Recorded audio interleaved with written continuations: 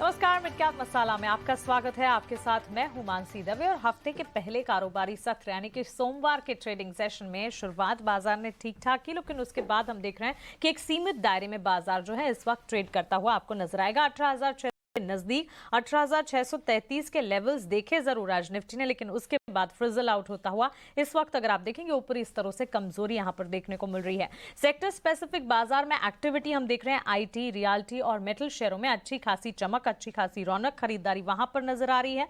और साथ ही IT stocks हैं जहां पर हम कह सकते हैं कि दो ट्रेडिंग सेशन पिछले हफ्ते कमजोरी थी, लेकिन उसके बाद अब ये स्पेस जो है वो वापस से एक्टिव होता हुआ नजर आ रहा है। आइए बाजार की बड़ी बातें आपके स्क्रीन पर रखते हैं, उसके बाद बाजार में मिड कैप स्पेसिफिक एक्शन कहां पर है, आपको क्या मौके तलाशने चाहिए, क्या स्ट्रैटेजी बनानी चाहिए, इस पर विस्तार से बातचीत करेंगे।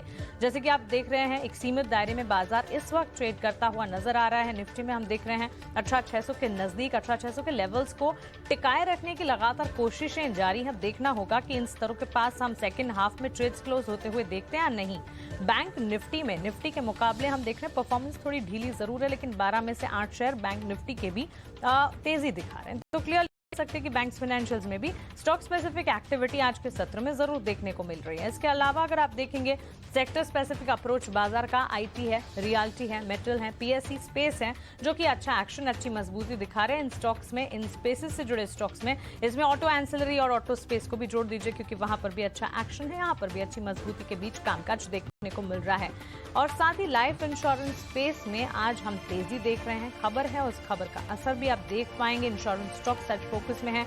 आईसीआईसीआई प्रूडेंशियल और एसबीआई लाइफ में करीब 1.5 से 3% का उछाल है। एचडीएफसी लाइफ में भी हल्के फुल्की मजबूती आज के सत्र में नजर आ रही है। और अंत में अगर आप देखेंगे पावर शेयरों में भी, क्योंकि पावर डिमांड जो इसमें लगातार बढ़ता हम देख रहे हैं और इस डिमांड में बढ़ोतरी का असर या कह सकते हैं कि बिजनेसेस जो अच्छे हुए उसका इंपैक्ट है। लिस्टेड प्लेयर्स में पीएफसी, आरईसी जैसे स्टॉक्स हैं जो कि 52 हफ्ते की ऊंचाई पर ट्रेड कर रहे हैं। तो ये है बाजार का लेखा जोखा। सीमित दायरे में बाजार है, लेकिन स्टॉक स्पेसिफिक मौके तो आपको ढेर सारे दे रहा है। सारे थीम्स हैं जो कि अच्छा खासा प्ले आउट कर रहे हैं। चलिए इन्हीं थीम्स को और साथ ही इन्हीं अपॉर्चुनिटीज को समझने की कोशिश करते हैं, थोड़ा और डीप डाइव करते हैं। हमारे साथ अब निर्मल बैंक के नीरव छेड़ा जुड़ गए हैं। नीरव, गुड आफ्टरनून, स्वागत है आपका 18 आवर्स स्वदेश पर। निफ्टी में 18,600 के लेवल्स को एक तरह से बना के रखने की कोशिश लगातार जारी है और बैंक निफ्टी भी आज हम देख रहे हैं कि रेंज में कामकाज करता हुआ, लेकिन सवाल तो यही है, इंडेक्स रेंज में दिख रहा है, स्टॉक स्पेसिफिक मूव्स काफ़ी सारे हैं। क्या स्टॉक्स होंगे आपके रेडार पर? कौन से आइडियाज आप सुझाने वाले हमारे व्यूवर्स को?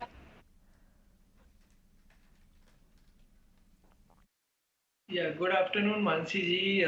देखिए, आपने एकदम सही पकड़ा। एकदम सपाट ट्रेडिंग हो रही है निफ्टी में और बैंक निफ्टी में, और ज़्यादा मौके एटलीस्ट इंडेक्स बेस्ड ट्रेडिंग में नहीं दिख रहे हैं। स्टॉक स्पेसिफिक भी देखें तो जो action mid cap small cap में था पिछले कुछ हफ्तों में, वो थोड़ा धीमा होता दिख रहा है। स्टॉक डेफिनेटली ऊपर आए हैं, काफी ऊपर आए हैं, मगर यस ब्रॉड बेस्ड रैली जिसे कहते हैं वो अभी at this point of time नहीं दिख रही है। सो पिक एंड चूज करना पड़ेगा। अभी अगर जो कोई सेक्टर हॉट है तो एक पीएसयू सेक्टर है जहां पे हम देख रहे हैं कि लगातार एक रैली बनी हुई है। देयर आर सम स्टॉक जो चलते ही जा रहे हैं, अभी नए स्टॉक जुड़ रहे हैं पीएसयू रैली में। So there is a good chance कि अब PSU as a sector broad sector चलना चाहिए। तो उसमें एक स्टॉक है नेशनल एल्यूमिनियम, जो काफ़ी समय से सपाट ट्रेडिंग कर रहा था, मगर अब फाइनली जाके एक ब्रेकआउट आया है 85 के ऊपर ये स्टॉक में, और उसके बाद बाइंग काफ़ी बढ़िया दिखी है, अच्छे वॉल्यूम्स दिखे हैं। There is a good chance कि ये स्टॉक अब यहाँ से नहीं रुकेगा। There is a good chance 95 से 98 के जो लेवल्स हैं वहाँ तक ये स्टॉक आ सकता है, तो वो टारगेट आप इसमें खरीदारी कर सकते हैं। अराउंड 96 का इसमें 90 का इसमें टारगेट रहेगा पहला, दूसरा टारगेट 96 का रहेगा।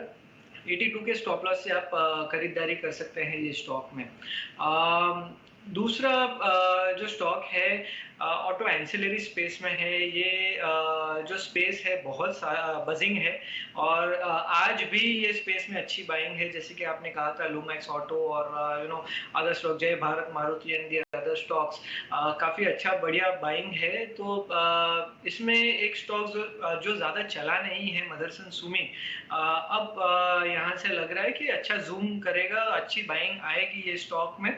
बढ़िया रिवर्सल बनाया है, double bottom kind of a formation है। तो और reversal is in place, so I believe कि ये स्टॉक यहाँ से 92 96 के लेवल्स तक जा सकता है। तो 96 के टारगेट के लिए आप इसमें खरीदारी कर सकते हैं। 78 का इसमें टारगेट रहेगा, स्टॉप लॉस रहेगा। ओके तो चलिए ये trading ideas, stock specific ideas in fact Nirav की तरफ से आते हुए संवर्धना, मदरसन, ये स्पेस ही ये थीम है जो अच्छा खासा चल रहा है। इसी के चलते 96 तक के टारगेट्स यहाँ पर इमीडिएट बेसिस पर नजर आ सकते हैं। 2-2.5% की तेजी आज भी है। लेकिन इसके अलावा मिड कैप में मेगा एक्शन भी है कुछ शेयरों पर जो आपके सामने हम रखेंगे, और मिड कैप में थीम्स भी हैं। मिड कैप में कौन से शेयर्स बजिंग हैं, कौन से स्टॉक्स लगाड़ हैं, कौन से थीम्स अच्छे खासे चल रहे हैं, ये जानेंगे। लेकिन उससे पहले मिड कैप के धमाकेदार एक्शन वाले यानी कि मेगा एक्शन वाले स्टॉक्स जानिए। एवेंटल, इस स्टॉक में आज जबरदस्त एक्शन दिखा है। दरअसल टेलीकॉम इक्विपमेंट और एक्सेसरी से जुड़ी कंपनी है और खबर है जिसके चलते हम यहाँ पर आज एक्शन देख रहे हैं। रक्षा मंत्रालय से 54 करोड़ का ऑर्डर कंपनी को मिला है। इसके अलावा CMS info system block deal से शेयर में उछाल है। सियोन इन्वेस्टमेंट ने करीब 2-2.25 करोड़ के शेयर्स बेचे हैं। इस खबर का जिक्र हमने आज सुबह भी किया था। उसके ठीक बाद आप देखिए स्टॉक में मूवमेंट। गो फैशन ब्लॉक डील से शेयर जो है वो टूटता हुआ। सिकोया कैपिटल पूरी हिस्सेदारी बेचेगी, ये खबर आती हुई दिखी है। तो 3 shares Avantel, CMS info system और गो फैशन हमारे मेगा एक्शन कैटेगरी में। चलिए आगे बढ़ते हैं और अब हमारे साथ हमारे सहयोगी अंश जुड़े हैं। उनसे जानते हैं कि मिड कैप में इन 3 शेयरों के अलावा कौन से थीम्स हैं, कौन से स्टॉक्स हैं, कौन से सेक्टर्स हैं जहां पर एक्शन है। गुड आफ्टरनून अंश, बताइए। गुड आफ्टरनून मानसी जी। सबसे पहले हम शुरुआत करते हैं मिड कैप गेनर से। जैसे कि आप देख सकते हैं अपने स्क्रीन पर, डिलीवरी सबसे पहला नाम है जो उठकर आ रहा है। ये स्टॉक 4% की तेज़ी के साथ ट्रेड कर रहा है। अगर आप इसका चार्ट भी देखें तो 7 दिनों से ये कंसोलिडेशन में टैप था, जहां से आज ब्रेकआउट देता हुआ नज़र आ रहा है। इसके साथ साथ आरईसी, कोफोर्ज और प्रेस्टीज में भी अच्छी खरीदारी नज़र आ रही है। मिड कैप लूजर्स की बात करें तो अडानी पावर, पेटीएम, पतंजलि और कॉनकोर में हल्का दबाव नजर आ रहा है। आगे बढ़ते थीम बेस्ड स्टॉक्स की तरफ। केमिकल स्टॉक्स में आज अच्छी खरीदारी दिख रही है और सबसे पहला नाम जो आ रहा है वो है लिंडे इंडिया का। स्टॉक में करीबन 4% की उछाल नजर आ रही है और टेक्निकली भी reverse head and shoulder chart pattern से ब्रेकआउट देता हुआ दिख रहा है।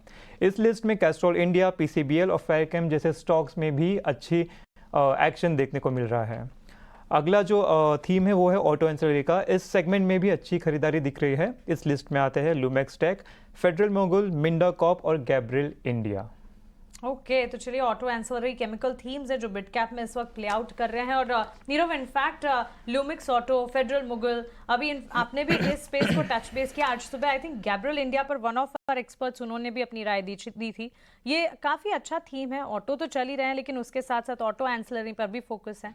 क्या इन स्टॉक्स में से ऑफकोर्स आपका एक पसंदीदा शेयर आपने ज़रूर बताया, लेकिन इसके अलावा भी कहीं नजर होनी चाहिए? फेडरल मुगल देखें आज 5-5.25% तक की तेजी दिखा रहा है।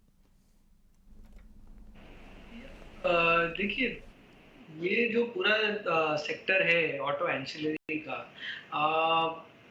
काफ़ी समय से ये स्टॉक्स बजिंग है। पर उसके पहले क्या हुआ था, देखिए 2 साल काफ़ी एक कंसोलिडेशन में गए इन स्टॉक्स के लिए, सेलिंग में गए और वॉल्यूम्स डिप नहीं हुए, वॉल्यूम बढ़ते जा रहे थे। उसके बाद लगातार ये स्टॉक लास्ट 1 साल से higher top higher bottom formation बनाते जा रहे हैं। There is a good chance कि अब ये stocks probably next 3 to 6 months में लीडर रहेंगे मार्केट में। They will lead the rally. So definitely ये स्पेस में रहना चाहिए। अगर आपको 3 to 6 मंथ के पर्सपेक्टिव से रहना है तो देखिए लूमैक्स ऑटोटेक एक ऐसा स्टॉक है जो एक बिल्कुल ही higher top higher bottom formation बनाते जा रहा है, अच्छा बढ़िया रिजल्ट दे रहा है और एक कंसोलिडेशन के बाद जो मूव देता है वो बहुत बढ़िया देता है। तो एक कंसोलिडेशन हो चुका है, अब वो मूव की बारी है। ऑलरेडी 320 के पास में एक ब्रेकआउट आ चुका है। अब यहाँ से देयर इज अ पॉसिबिलिटी कि 400-420 तक जा सकता है। Federal Mogul is good, Motherson Sumi मुझे काफी बढ़िया लग रहा है, मिंडा कॉर्प, ये सारे ही स्टॉक्स आप जरूर खरीदारी कर सकते हैं। मगर इनमें एक चीज आप नोटिस करिए कि अब अगर फॉल आता है निफ्टी में या बैंक निफ्टी में अगले कुछ दिनों में, तो ये स्टॉक शायद नीचे आए और उसमें आप 3 से 6 महीने की अवधि के लिए बाइंग करें तो उसमें अच्छी प्रॉफिट होगी ये सारे स्टॉक्स में। मुझे लगता है 6 से 8 महीने ये स्टॉक अच्छा चलेंगे। तो चलिए 6 से 8 महीनों का नज़रिया जो है ऑटो एंसिलरी के लिए काफ़ी पॉजिटिव नज़र आ रहा है। पिछले दिनों भी हमने अच्छा एक्शन देखा, अच्छे खासे चले हैं स्टॉक और यहाँ से भी अच्छी खासी तेज़ी के पूरे आसार नज़र आ रहे हैं। लेकिन इसके अलावा कुछ खबरें भी हैं मिड कैप में जिस पर आपकी नज़र होनी चाहिए। अंश बताइए कौन से स्टॉक स्पेसिफिक मूव्स आज देख रहे हैं आप? कुछ स्टॉक फोकस में है और सबसे पहले हम बात करेंगे रॉयल ऑर्किड की। तो कंपनी ने अपने इंटरनेशनल प्रेजेंस को बढ़ाने के लिए श्रीलंका में एक होटल लॉन्च किया है। इसके अलावा जेनटेक भी फोकस में रहेगा। कंपनी को 171 करोड़ का ऑर्डर मिला है जिसमें वो ट्रेनिंग रिलेटेड इक्विपमेंट सप्लाई करेंगे। उन्हें एक मेंटेनेंस कॉन्ट्रैक्ट भी मिला है 31 करोड़ का। आखिरी स्टॉक जो फोकस में है वो है SEPC। कंपनी ने अभी जस्ट एक प्रोजेक्ट कंप्लीट किया है इराक में, जिसके चलते कंपनी अब इंटरनेशनल टेंडर्स में पार्टिसिपेट कर पाएगी, जिसकी कॉस्ट करीबन $500 मिलियन है।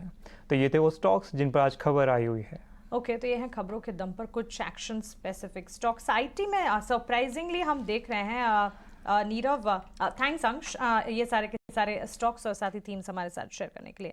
आईटी सेक्टर अच्छी मजबूती दिखा रहा है। मिड कैप आईटी प्लेस पर तो नीरव हमेशा बात करते भी हैं हम। आज के सत्र में ही अगर आप देखेंगे 2 दिन गिरावट झेलने के बाद आईटी स्टॉक्स में अच्छा एक्शन है। निफ्टी आईटी इंडेक्स भी हम देख रहे हैं खरीदारी दिखा रहा है। मेजर्स लाइक इन्फोसिस, कोफोर्ज में तो एक्शन है ही, लेकिन मिड कैप में आईटी स्टॉक्स जो हैं उन पर क्या आउटलुक होगा? क्या कहीं खरीदारी के मौके बनते हुए आपको दिख रहे हैं नीरव? या देखिए, आई थिंक मेजरली अगर देखें लॉन्गर टर्म ट्रेंड तो एक बॉटम काइंड फॉर्मेशन बनते दिख रहा है आईटी सेक्टर में। It can still play out for another couple of months, मगर ऐसा लग रहा है कि अब यहाँ से और 2 महीने से ज़्यादा खराबी नहीं होनी चाहिए। So which is a good sign. Plus नीचे में वॉल्यूम्स आ रहे हैं, सो वो और एक बढ़िया साइन है। तो at this point of time मुझे लगता है कि जो मिड कैप आईटी काउंटर्स हैं जैसे कि बी सॉफ्ट है, इंटेलेक्ट है, others LTI, Mindtree, others, I believe ये स्टॉक में अब यहाँ से बाइंग हो सकती है। तो मेरा जो अगर टॉप पिक रहेगा वो at this point of time intellect में रहेगा और दूसरा ओरेकल फाइनेंस में रहेगा। इंटेलेक्ट यहाँ से मुझे लगता है कि नीचे में एक डबल बॉटम फॉर्मेशन हो चुका है, ब्रेकआउट आ चुका है। अब यहाँ से अराउंड 670-700 के लेवल्स आने चाहिए। 560 के स्टॉप लॉस से हम इसे बाय कर सकते हैं। सिमिलरली ओरेकल फाइनेंस अगर देखें तो एक अच्छा राउंडिंग फॉर्मेशन बनाते जा रहा है। स्लो है मगर यहाँ से स्लो एंड स्टेडी आपको रिटर्न्स देते जाएगा। There is a good chance कि ये स्टॉक 4000-4200 के लेवल्स के पास आ सकता है। तो वो लेवल्स के लिए आप यहाँ से खरीदारी कर सकते हैं। थोड़ा डिप्स मिले तो डिप्स में भी खरीदारी करें। 3400 का इसमें स्टॉप लॉस रहेगा for the target of around 4000। Okay, तो चलिए ये राय आपको IT space and mid cap IT place पर दी गई है। वैसे एरोस्पेस एंड डिफेंस भी एक थीम है और नीरव यहाँ अच्छा खासा एक्शन हम देख रहे हैं। आज सुबह ही इसका डिस्कशन भी हम कर रहे थे और एरोस्पेस डिफेंस में जो बड़ी दिग्गज प्लेयर्स हैं जैसे कि भारत इलेक्ट्रॉनिक्स, वहाँ तो अच्छा एक्शन है ही, लेकिन अभी जेन टेक्नोलॉजीज़ भी अंश बता कर गए हैं, वहाँ पर भी एक खबर है, कुछ ऑर्डर विंस की खबर है जिसके चलते ये स्टॉक जो है आज मूवमेंट में है और कंपनी को करीब 171 करोड़ के ऑर्डर्स मिले। सप्लाई ट्रेनिंग से जुड़े इक्विपमेंट्स के लिए ऑर्डर्स आधे % तक की तेजी है। क्या इसके चार्ट्स आपको पॉजिटिव नजर आते हैं? टेक्नोलॉजी यहाँ से काफी चल चुका है।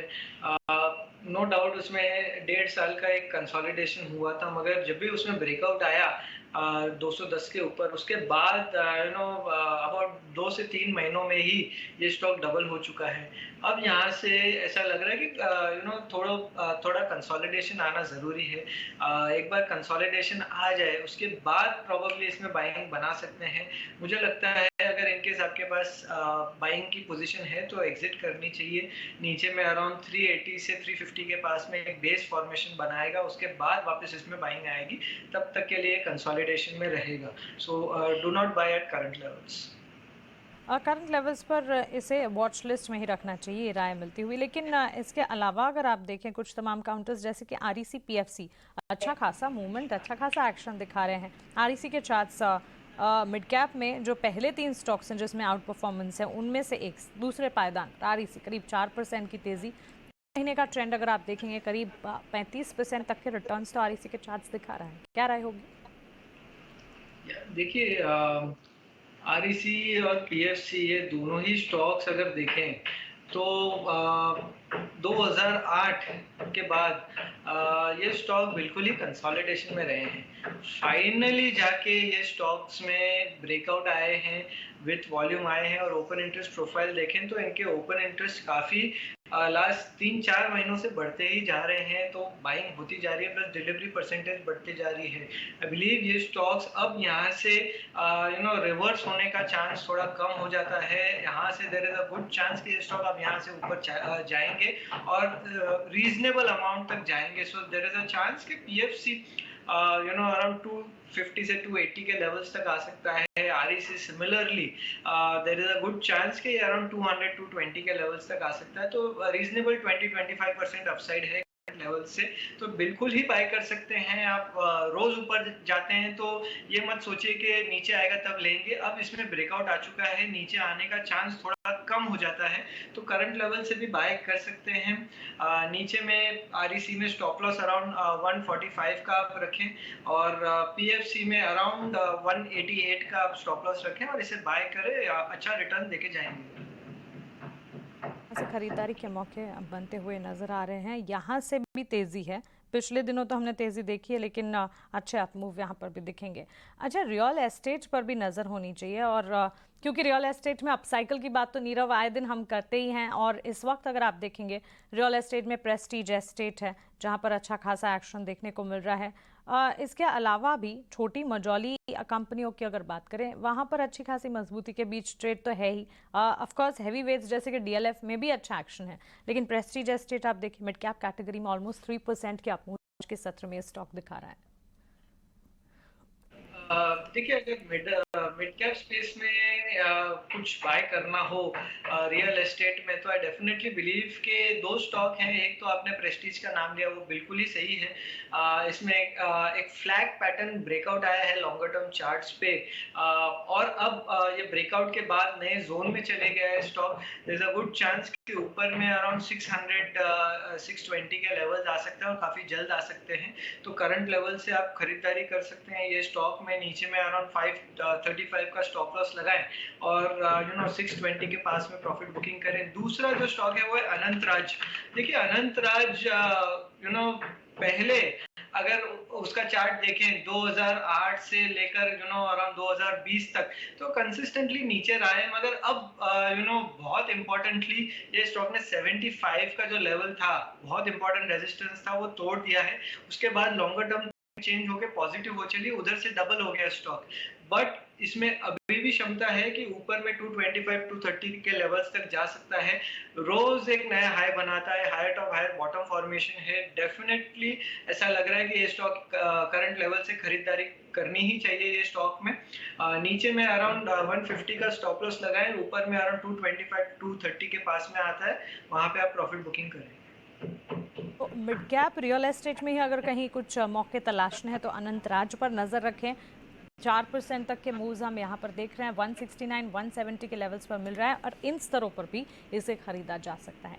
आइए एक रिसर्च आपके सामने रखते हैं। कॉनकॉर यानी कंटेनर कॉरपोरेशन ऑफ इंडिया के विनिवेश में अभी भी समय लग सकता है।